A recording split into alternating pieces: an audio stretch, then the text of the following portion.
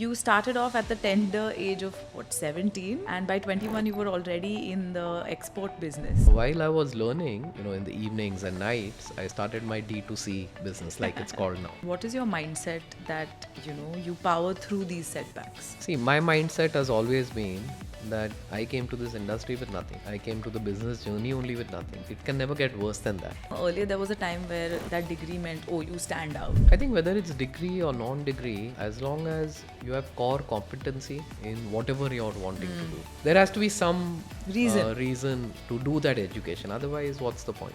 Earlier we used to only be like Goldie Penna hai types, and now diamonds are becoming more popular here. India has always been very influenced by Bollywood. What they wore at their wedding sets was, Jadao, Polki, gemstones. Correct.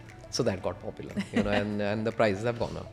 Kaizen really helps, and I would, encourage anybody to completely, totally follow that if you want to keep your manufacturing process world class. If somebody is starting now today in the AI chat GPT world, I would assume it's a little easier because now he has access to all the information we had no access Very to. handy. If anything and everything that they're doing in their business has some amount of tech, then it will give them an edge over the competition. So focus on tech. Focus on tech, yeah.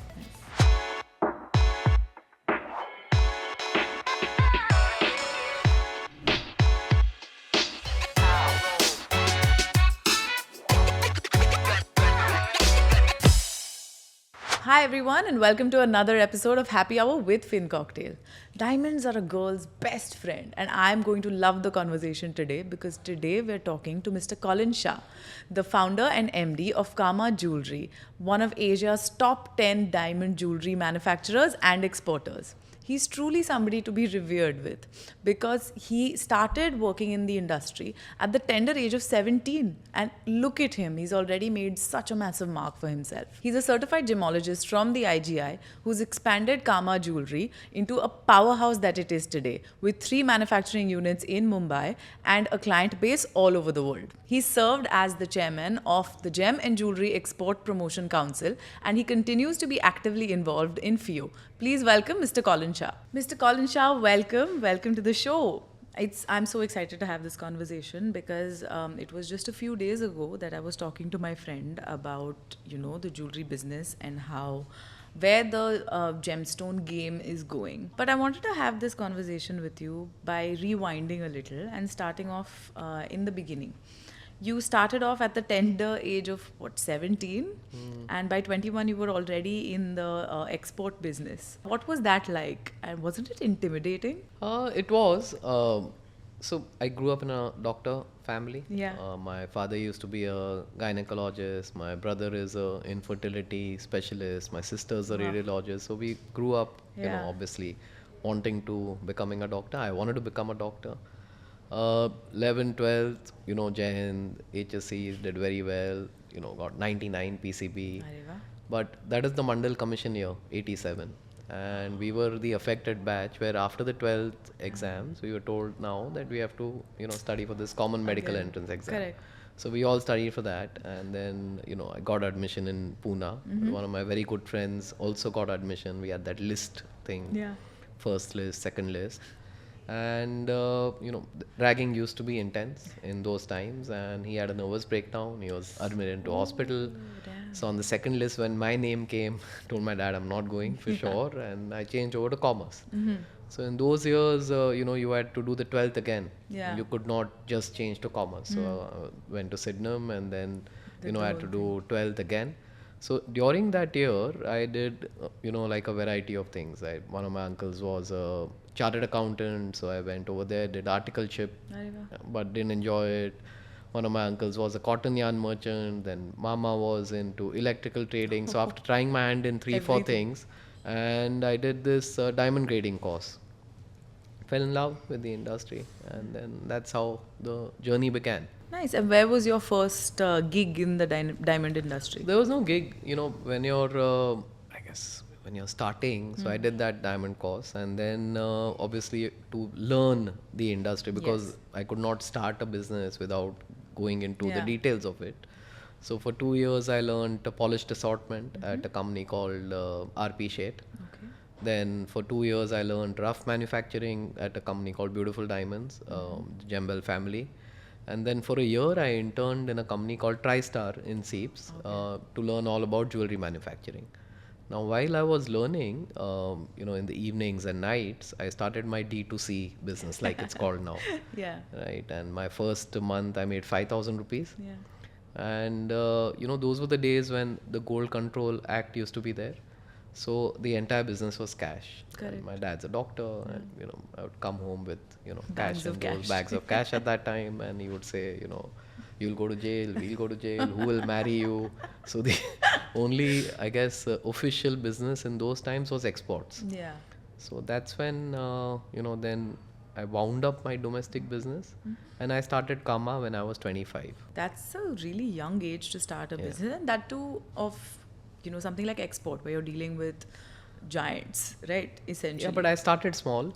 So, we got, I guess our generation got a little policy luck at that time because 91, if you recollect, Yes. is when, Manmohan opened Singh up, did the yeah. reforms and the SEZ Act was done.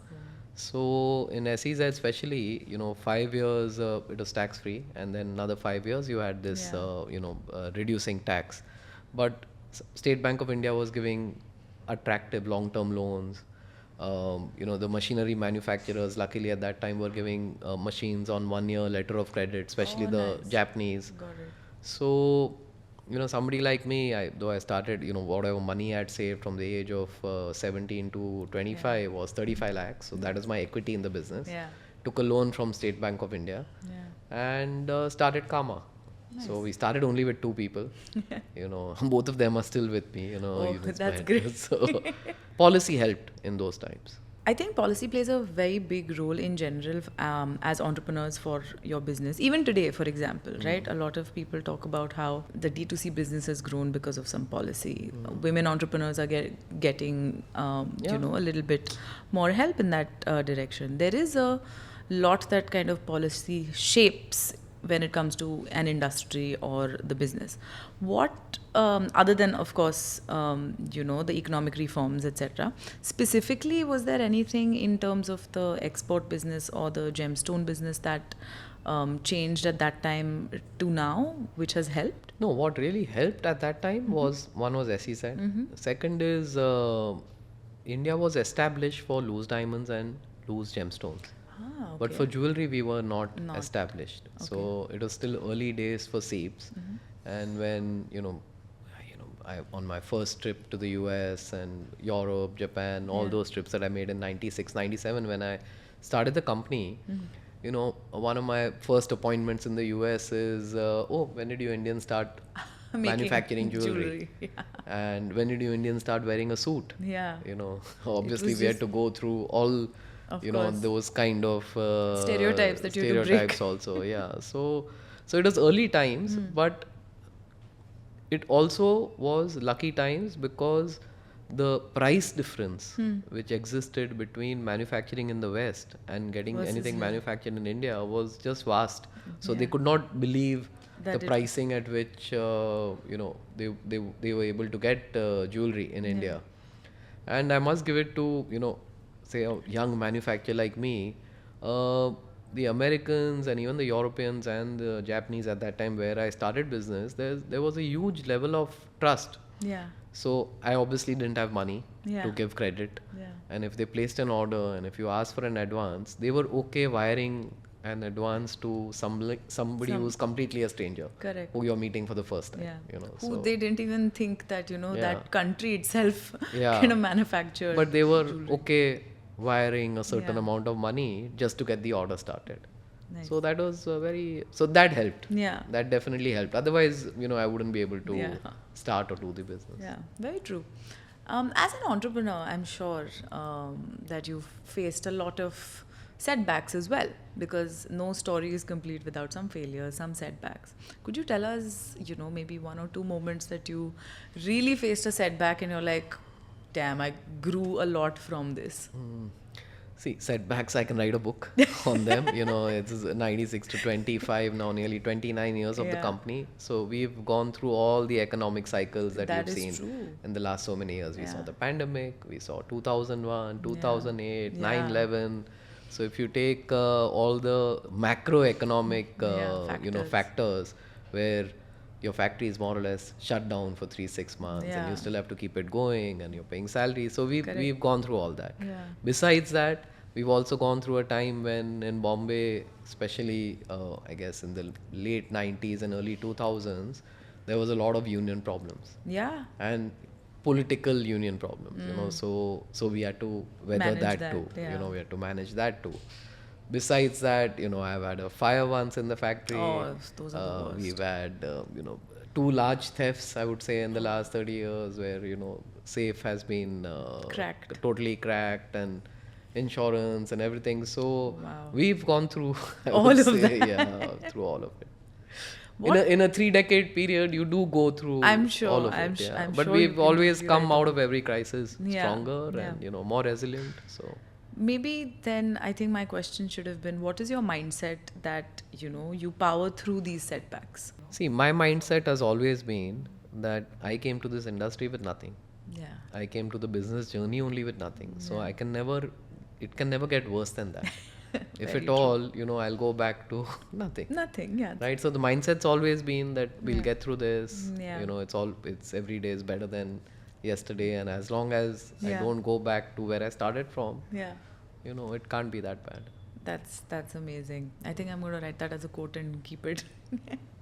I believe you were supposed to do your MBA, if I'm not wrong, Yeah. but then you didn't do it, and then you focused entirely on karma. See, I finished my BCom Mm-hmm. and then I was obviously in the thick of things in Correct. running my business. Huh. But at that time, since I'm coming from this whole very, educated doctor family, Yeah. Oh, I thought I'm BCom sure. won't be good enough. Yeah, and I'm And sure I there's so must much have, pressure. Yeah, some kind of degree. No, Yeah. there was no pressure. Huh. But I, self-created. I Self-created. wanted to, have some kind of degree. So I went through all the NMIMS tests and Yeah. group discussions and, all the, I guess, application process they had Huh. at that time. Got in. Yeah.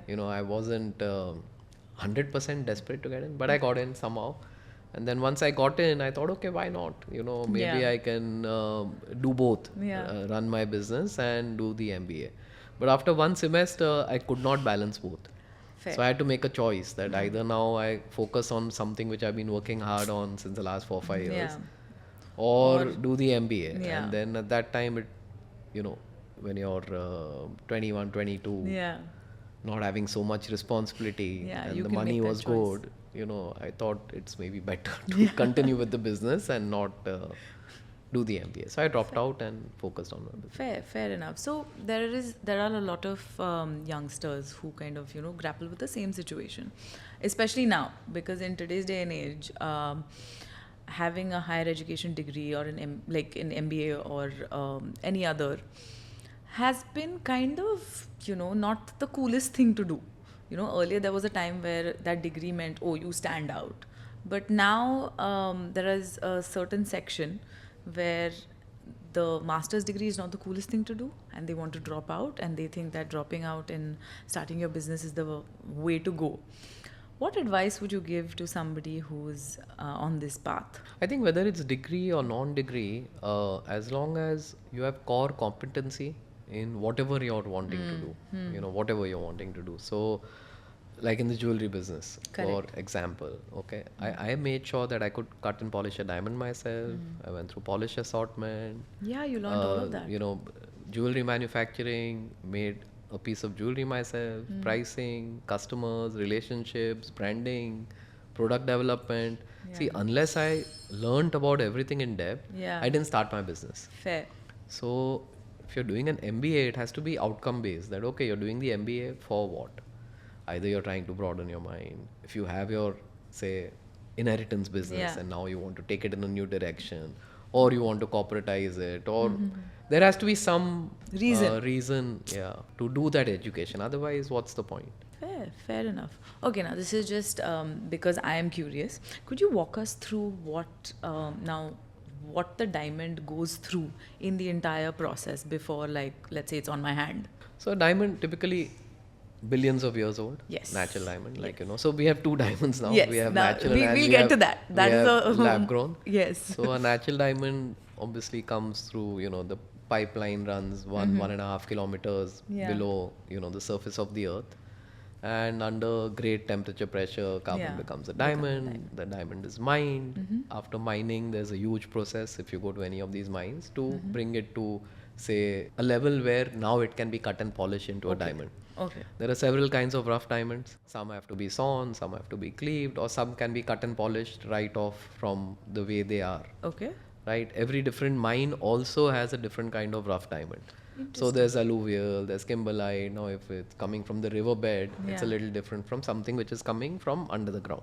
Okay. So once the rough diamond comes, then we have a pipeline where most of the roughs today are either in Africa, they are in Botswana or Angola, or they are in Russia.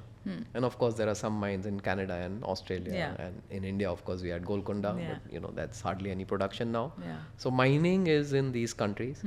From there, it goes to either Antwerp or Dubai, Okay. where the rough dealer or the So the rough importer is dealers there. are So the primarily miners there. would sell to a rough dealer or a site holder, and then those goods, either through a site holder or a rough dealer, ultimately come to Surat or Mumbai, Got it.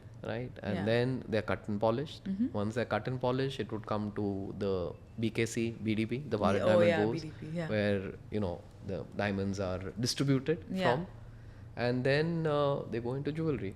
Then there are jewelry manufacturers like Kama who are making the jewelry, manufacturing the jewelry. There's many like us in Bombay, in China, Thailand, Turkey, Italy, various countries. And then of course you have the retailers. So The we final would be product. selling to a Yeah. retailer who then would sell to the consumer. Got it. So that's the entire pipeline. So there's a miner, there's a rough dealer, there's a site holder, Wow. diamond cutting and polishing, jewelry manufacturing, jewelry retailing, and then the consumer. This small thing has been through so much. Yeah, it's been through a lot. Yeah. And then you have the lab grown, Yes. where it's not going through so much. It's not, but it is still Yeah. a process. It's a process, and temperature pressure, is same. The conditions are But in a just lab. Recreated in a lab. Yeah, it's recreated in a lab, and through chemical vapor deposition or HPHT, high pressure, high temperature, a lab grown diamond is created. Cutting and polishing process is same. Jewelry manufacturing is same. Retailing is same. So baki ka process is the same. Just the Yeah. creation bit is The creation bit, in yeah. the lab. This is 5 billion years old. This is a few years old, or yeah. last month, or something like that. Right? So Got it. that's and, the difference. And where are the main creators of these lab grown diamonds? Now Surat. Okay. Now Surat. And HPHT is still China. Okay. Interesting. Very interesting. And Kama does the one step before it reaches the final retailer, right? Yeah, we are a manufacturer. Your jewelry we are a manufacturing. manufacturer. We manufacture in platinum, gold, and silver. Natural diamond jewelry, lab grown jewelry, and gemstone jewelry. Oh, nice. And we distribute through retailers. Across Either we the have world. our private label brands, or it's white label. Got it. Either or. Either or. And across the world. It's across the world, yeah. We also partner with a lot of e-commerce companies where from start to finish they take the order on their website and we ship out of India between 3 and 5 days. Got it. Straight to their consumer. Nice. Very interesting. So, where do you think the Indian gemstone market is at now? Because it's been through a lot. There was the time where, diamonds were a girl's best friend. That's the entire campaign that, if I'm not wrong, De Beers had created. And we went from, only the West thinking that an engagement ring needs to have a massive solitaire diamond, to diamonds being a lot more popular in Indians as well. Earlier we used to only be like Goldie penna hai types, and now diamonds are becoming more popular here. So where do you think the industry is going? How popular is it in India now? And do you think the Indian market can kind of give a great competition to the US market still? See, India has always been a large jewelry market. Yes. Okay. We love our We've jewelry. always been, traditionally a large market. Yeah. US is obviously the largest market in the world. Yeah. And then there was China, India, or India, China. The race changes every year.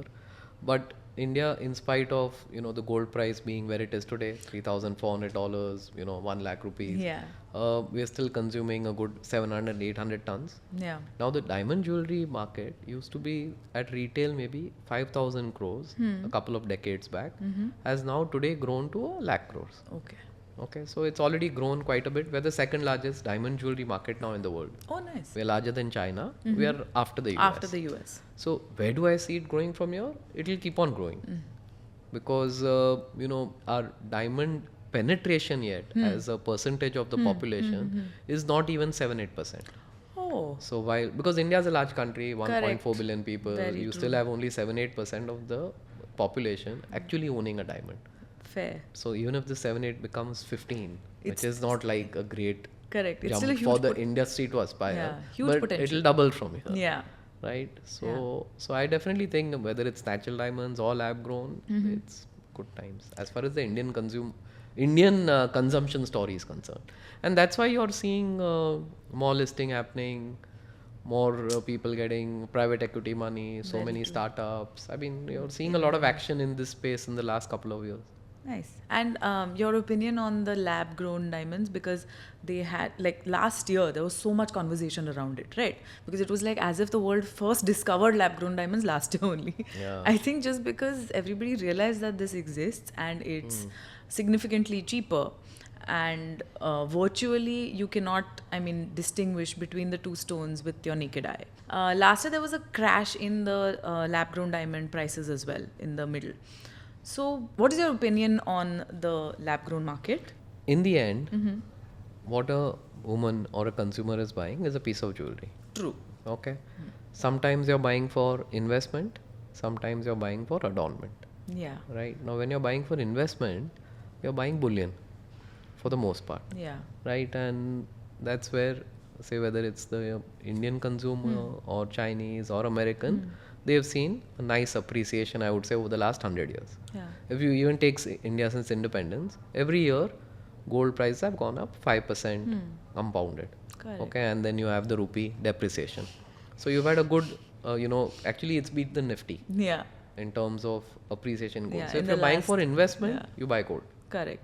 Okay, Yeah, or you you buy buy platinum or you buy silver. Platinum prices in the last 5 months have gone up by 35%. Okay, Silver's also doing well in the Silver's last also couple of doing well. years. So commodities is where you're buying for investment. Diamonds has always been adornment. It's a store of value. It's something you pass on to the next generation. Yeah. Natural diamonds did see some kind of correction in the last 2 years, but I think it's hit rock bottom. And Okay. it's also been because of a lot of geopolitical issues. Okay. Russia sanction, Yeah. Al Rosa could not sell their rough diamonds, Africa in turmoil, America going through this whole election cycle. Now we've had all these wars everywhere. Yeah. So it's not typically been a great time, I would say, for the year. For the year. For the world. For the world For the in world general. in general. Yeah. But now I think this year, as say maybe the wars come to an end, some of these tariff, deals are done. When all this happens, de-dollarization is happening for sure. So gold prices will continue to go up, but we'll see stability in the natural diamond front. So we already are seeing as industry a slight hardening of prices, and come Diwali, I'm sure in some sizes, color clarities, it will start going up also. Okay. In terms of lab grown, we've not really seen, I would say, a crash. We've seen a gradual decline in prices for the simple reason that it's a technical product. So as the machines which are growing the product are getting faster, better, cheaper, it will continue to slide down. And so, Does the fact that its resale value is essentially not non-existent, does that also make a see, difference? resale value is it's an interesting topic. So if you go to say any place in the world, okay, nowhere can you return your jewelry As is. and expect 100% refund, Yeah. even from brands or anything. Today, say if you're buying a branded lehenga in India, Oh, okay, that- for your wedding, that's 10-20 lakhs. Can you return it after 6 months and No. expect? Okay. When it comes to jewelry, India is a very unique place where there is a buyback policy. Yeah. There is a return policy, right? Yeah. And most retailers are giving you the market price of the stones or gold or platinum on the day that you go Correct. back, right? Less labor. Correct. more or less. So these return policies and exchange policies are completely depending on which retailer you're buying your piece of jewelry from, Interesting. right? Mm-hmm. Like today, even a department stores, maybe some of them have a return policy for clothes for 90 days, Yeah, they do. and some don't. Yeah. So that will depend between the retail and the consumer, and it's things like that, right? Yeah. So in India, as far as jewelry is concerned, everyone is at a unique place, that whether you bought lab grown or natural or gemstone, you're getting exchange, return, market price. Yeah. It's fabulous in terms of as a consumer. Correct. The option and the access. Yeah. And your opinion on gemstones, because I'm seeing the different colored stones, etc., getting a little bit more popular. Have you seen 100%. So emeralds and rubies have become popular. See, Yeah. India has always been very influenced by Bollywood. that? Of course. And We get all our since if you trends from see, there. Katrina, Alia, Deepika, and Anushka, all of them, what they wore at their wedding sets was, Jadao, stones. Polki, gemstones, Correct. Sabya, a lot of. So that got popular, and the prices have gone up. Yeah. So that's what's happened. So emeralds and rubies have gone up, I would say globally also, because it's been a big trend even with Hollywood. Mm-hmm. So Colored gemstones are the way to go. Next. it's the way to go, yeah. That's what's and going. it's rare also, so it's not easily accessible, available. Large stones are not so easy to find. Yeah, that's also true.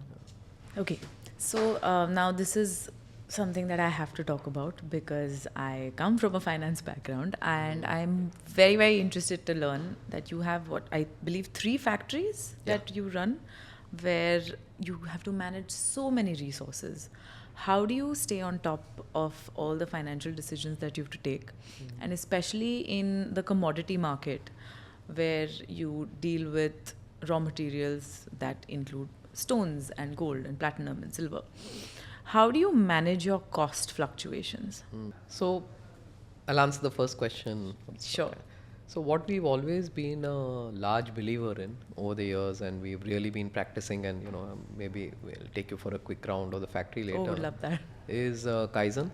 Okay. So we've been it's in the blood of say everyone in the company, I guess. So our KPIs are very well defined, and with Kaizen we've done a little cocktail internally of TOC also, which is theory of constraints, and Six Sigma.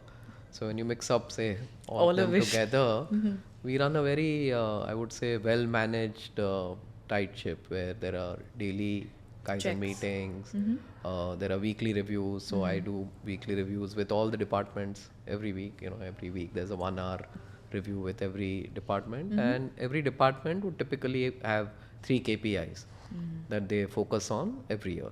Okay. So, and those 3 KPIs every year don't necessarily change for a few years till we achieve that KPI. Nice. Okay, so financially we are very, we make sure that our inventory levels are, exactly what they're meant to be. We keep on, we work only with customers who are for the most part organized and listed companies. So we get our debtors on time, so it's things like that. So Kaizen really helps, and I would, encourage anybody to to completely, totally follow that if you want to keep your manufacturing process world class. Yeah. So that's as the first part of the question. Yes. Second part is that, we hedge. I mean, it's as simple as that. So on gold, we have gold loans with all our banks. So we are not, we don't take any metal risk as such. There's no risk. Yeah. The only risk we have is on the minimal diamond inventory in natural and lab grown that we would carry. But our throughput and cycle times are between 7 days to 2 weeks. So the risk is limited to that. We never have high inventories to begin with. Nice. Interesting. And if somebody who is, a young entrepreneur who wants to start off in this space, would you think today it is more difficult than you started off at that time? And what advice would you give them? To be honest, today is easier. Really? Because all the tech, see, we started at a time, when I started, it was telex.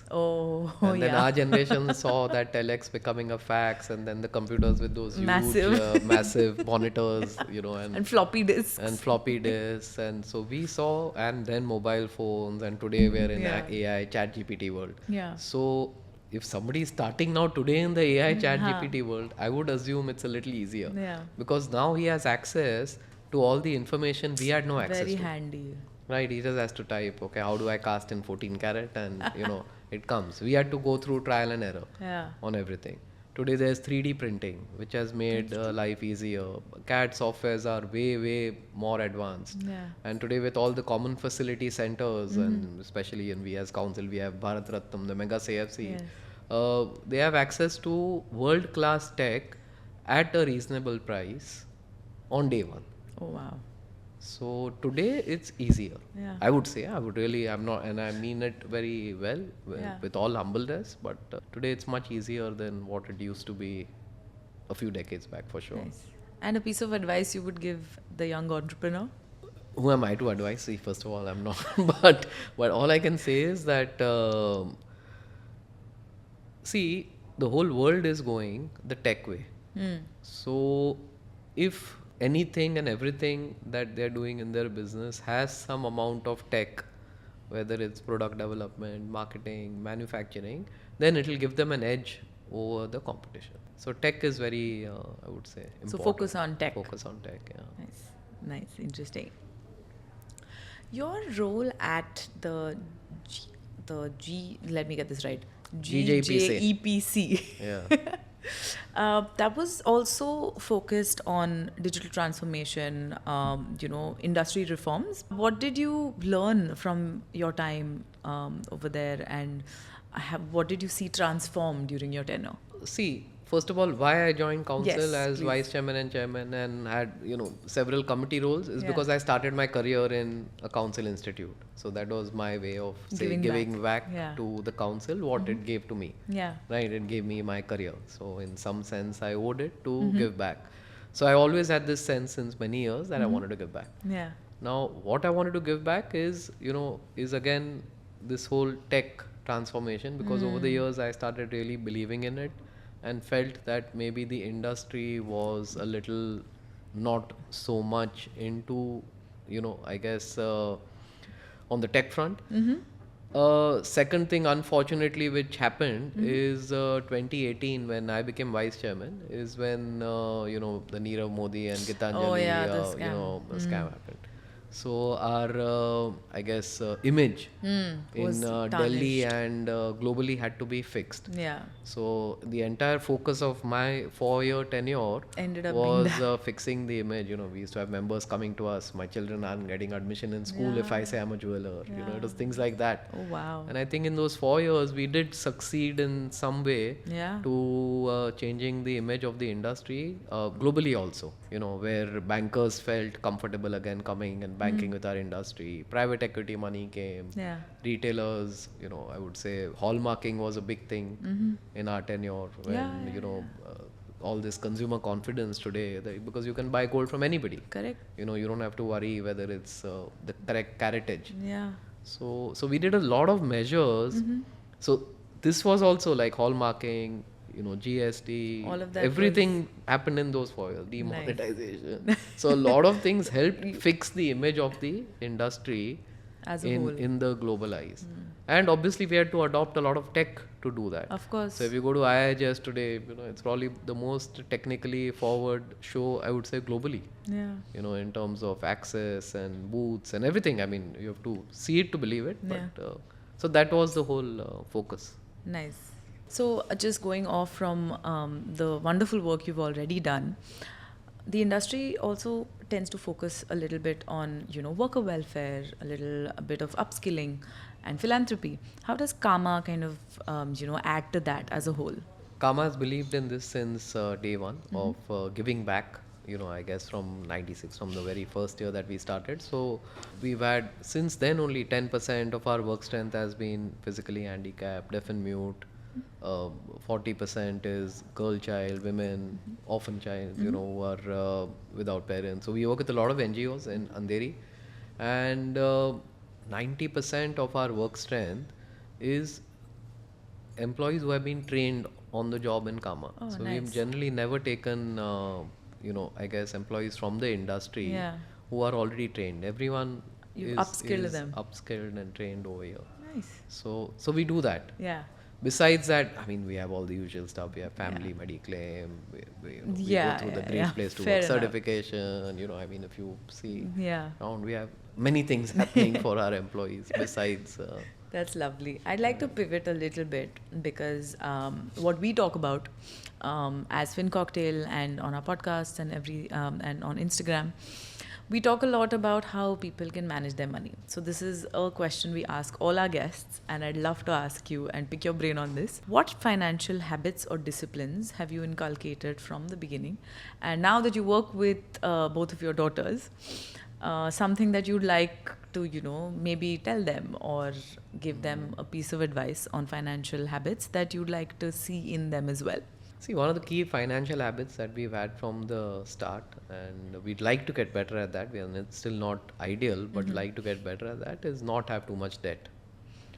Our industry is very capital intensive, and you can only grow if you have more working capital. Yeah. But then your growth is limited to the profit you make. So we Correct. always land up taking debt to grow. Yeah. So that would be one thing which I'll definitely, would like them to inculcate, is that don't take too much debt now, and let's try and grow without too much of, bank finance. Yeah. That's one. Second is having a second stream of income.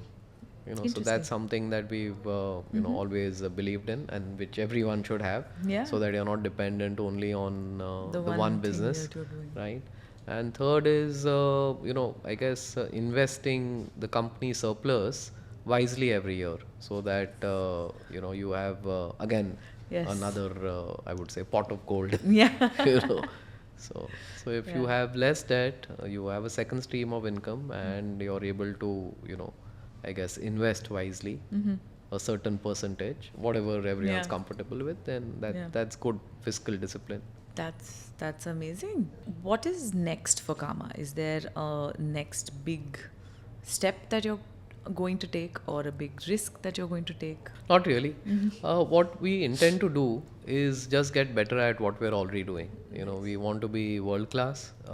We see a great, opportunity for a B2B manufacturer like us, especially with the way retail is growing.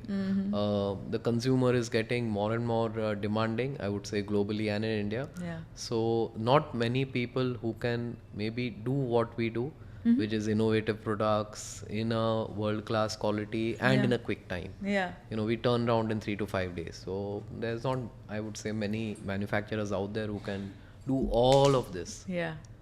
at scale. At scale.